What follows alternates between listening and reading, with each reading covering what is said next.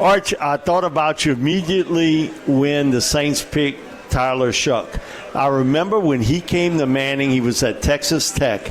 And you know how they have the printed little signs on the piece of paper about the quarterbacks when we do the interviews on Friday. I think it's from like 11 to 12. And they had his name spelled out. But then in parentheses under it, they had S-H-U-C-K. They had the pronunciation of it. I don't know why that stuck in my mind, but he's been to Manning Passing Academy a couple times. And one thing, man, he is a big dude, and he got a rifle on him.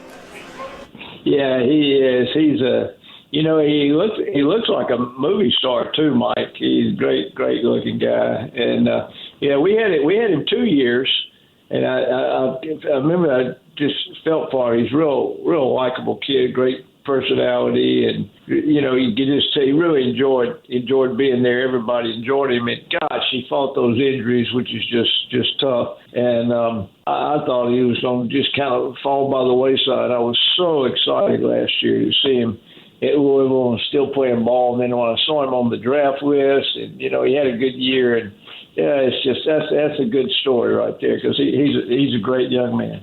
Archie, when I look at it, and maybe you could describe this because, you and I have had a number of injuries, but, I mean, when I look at, and I think it does make a difference. He said he suffered 3 season-ending injuries in college, 2 broken collarbones, 1 broken leg. He ended up ultimately playing 7 seasons at 3 different schools, but it's not like soft tissue or knee ligaments and all that or shoulder ligaments. I mean, when you break a bone, that can heal relatively fast, 4 weeks, 6 weeks.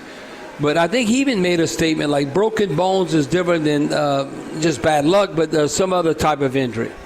Yeah, I think, you just never know. It's just, as you know, that's the worst side of football, being hurt. And, bless his heart, what guys go through when they get injured, but then they continue to get injured just year after year. It's so frustrating. That's why I'm really, really proud of Tyler, the way he hung in there. Sometimes you get enough, and you say, well, I got to find something else to do. But it's a real testament to him that he kept fighting, and of course he wound up changing schools again, which is a pretty popular thing right now. It's just a great story. And, I guess all in all, you talk to the experts, this certainly wasn't as strong a quarterback class out there this year as last year. Last year was super strong, 6 in the first round. But there were some people out there with, there were kind of 4 guys that were in the talk of being maybe first or second rounders. And there were some football people out there that thought Tyler was the best of the 4. And I know Cam Ward was an All-American and went to the Heisman. It was the first pick and Cam had a great year, had a heck of a career. He made a wise move, not going in the draft a year before. Of course, he went down to Miami where they threw the ball all over the place. He did a great job, and gosh, to be picked number 1. But there were some football people out there that thought Tyler was the best quarterback in this draft. And, Arch, talk about how much it makes a difference where you're playing and who's coaching you. I think, for instance, your grandson, Archie Manning's had a great situation with Sarkisian at Texas. But look, so was Tyler Shough at Louisville with Jeff Brom. It's an NFL offense. They're running it's the NFL offense. So it's not like the transition where you're just doing RPOs and you're really not learning how to play the quarterback position. Yeah, I think that was super, super good. It probably had a lot to do with him, him having this good year of catching scouts and coaches' eyes and also watching him run that offense and knowing that it's one that's going to be beneficial to him as he goes into pro ball. Archie, one of the things people bring up is about his age, and you can kind of kid him a little bit about that, but we are starting to see the last of the COVID 2020 because that counted almost like a nothing year. And it was really beneficial to Tyler because it gave him another year to prove it. But that is starting to wane away now, 2020, and that you could use that, like it didn't even happen, like it was a disappear year. I think for Tyler, he couldn't have asked for anything better going from Oregon, where he was a backup to Justin Herbert. Then he goes to Texas Tech, and he had some injuries. And then coming to Louisville, the 2020 COVID year really benefited him when I look at the draft more than anybody. Now, again, some guys, they don't like the overage quarterback, but come on, today, the way you keep yourself in shape and you don't get hurt, you can play 10 or 12 years. And Archie, they don't hit the quarterback. I mean, so if you're 26, let's say you play 10 or 12 years, isn't that hitting the lottery for an NFL team? So 10 years, he's going to be 26 in September. He's only going to be 36. I mean, I don't know how long you play. I played till I was 37. So, I mean, hey, look, your late 20s, early 30s, that's kind of when you peak and you know what you're doing, and NFL defense cannot fool you. So when they look at, like, they're making way. And, they say, like, no one ever brought that up with Spencer Rattler. Well, when you look at it, Tyler Shuck's only 1 year older. I mean, so no one's even bringing that up. I'm like you. I don't pay attention to that. And to me, that's not a big deal. And there's no assurance when sometimes you get a kid that comes out early and he says, "Oh, he's just 21 years old and all that," but still, he's probably not ready when he's 21 years old. You get a 26-year-old that's had to fight through things like Tyler has. He's a mature kid. This is a tough thing with the Saints. We don't know what's going to happen at the quarterback position. If he happened to be thrown out there, he's better prepared than most. It's tough. It's a tough transition. I don't care how old you are or how much football you've played. It's a huge step, but I think he's very qualified, and I absolutely love the pick. I thought the pick was just fantastic. Now, Archie, when you talk about age and obviously, I mean, come on, Peyton and Eli, look where they were drafted, and now you got a grandson in Arch, and you look how much college football meant, how much it meant to Peyton and Eli. I mean, people might say, well, Archie Manning, a top quarterback coming out next year. I'll say, well, I don't know. He got to play at Texas first. Let's see what's going to happen. I think that's subjective.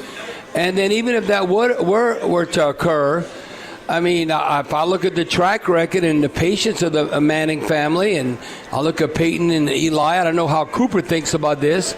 And then you look at name, image, and likeness comes into play, so you're still being rewarded, even though you push it down the road. So I don't think there could be a scenario that would be unrealistic, that Arch wouldn't come out, even though he does great at Texas next year, and maybe not until the 2027 draft. Yeah, Bobby. Actually, there's just so much written, and it's so much said. I know Texas is a big place, and the university is a big school, but they got to have more radio shows, more podcasts, more social media coming out of there than any place in the world. And it's kind of ridiculous, as we all know sometimes, what the headline says and then what the story really is. But it's really ridiculous to make all those assumptions about next year. He's ready to play college football, and he got thrown in there a little bit, kind of like Sark said. That was advantageous to him, but still, he hadn't played a lot of college football, and hopefully he can stay healthy and do that. His uncles played a lot of college.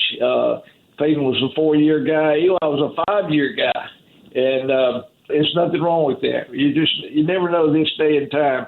But I know he loves where he is. I know he loves playing, and he's not thinking about the NFL right now. He's thinking about having to go to Columbus, Ohio on August 30th.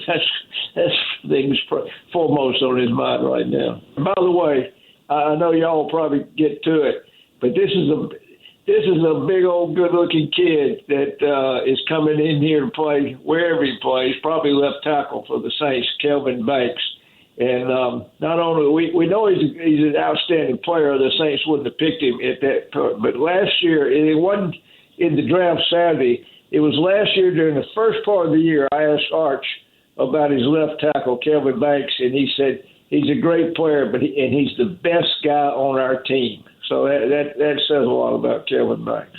Arch, that's what I was going to ask you about, because I know you got to see Kelvin Banks Jr. play so much. And when you play in left tackle, it's like playing cornerback. You out on an island. They're not giving you a lot of help, and you one-on-one most of the time with the other team's opposing top pass rusher. And one of the things I heard so much about Kelvin was he's such a kind of quiet guy, but the leader in the locker room also. Yeah, I need to tell the young guys, no, we don't do that here.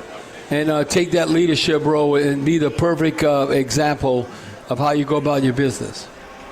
Just so many good things that I've heard about him. I heard Coach Sarkisian, heard Cal Flood say the same thing about him. But I remember that distinctly when Arch told me that last year. Said he's the best guy on our team, and that's a little compliment. He's going to be a fine addition. We get these last two picks in the O-line that the Saints have had, get those guys kind of at the cornerstone of the offense and fill it in right there. You can have something. But that was a good pick. That was a really good pick.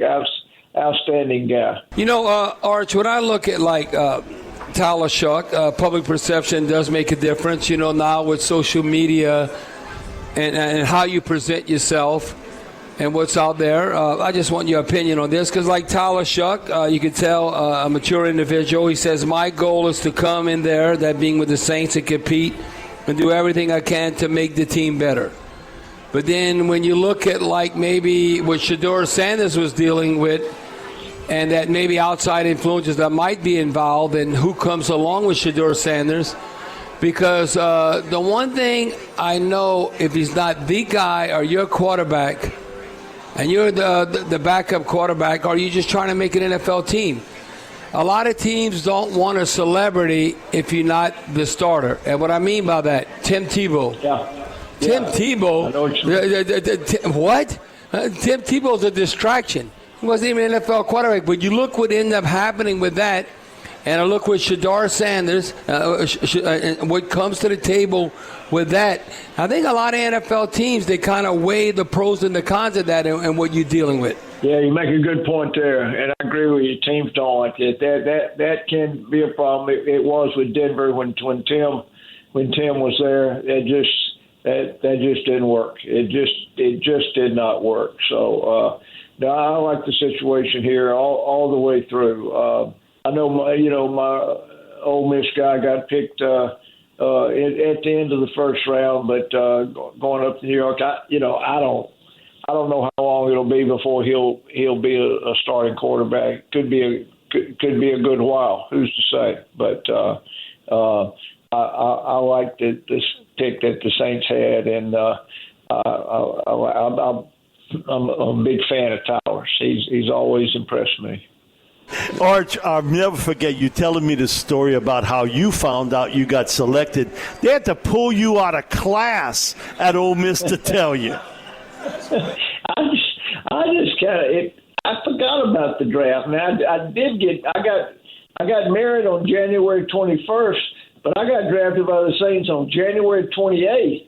Well, that was just 25 days after I'd played my last college game, and I'd been to the Hula Bowl. I'd gotten married. We'd been on a little honeymoon. I just forgot about it, and it just wasn't that big a deal in those days. It was a big deal, but it nothing to compare the way it is and the way it's become through the years. Archie, looking at where the Saints are at, and it doesn't mean they're going to win anything, but, you think they'd be trending in the right direction. When you're coming off only 5 wins, if the team was 8-9 next year and they win 3 more games, there's nothing to get the Who Dat Nation excited about 8-9, but you have to look how the team is trending and going forward. But I don't know, we might be looking for a quarterback again next year. We're always trying to get that right. And, I always say this, you never want to be the man to follow the man. How, the Dolphins, well, who's going to be the next Dan Marino after John Elway? Well, it took bringing a veteran like Peyton Manning to take over John Elway, and then now Sean Payton got Bo Nix. But I look at Drew Brees, I think one of the worst things that has happened to Derek Carr, because the expectations who's going to be that next guy that's going to produce like Drew Brees in a Saints uniform? I think that's the pressure right now. That's tough, and it's tough. I tell you, I like our new coach. I just have a good feeling that Kevin Moore is a coach. He's young, and you know how it's always going to be struggles along the way. But I like where we are right there, and hopefully we can put a good, healthy team out there this year and progress and win some football games.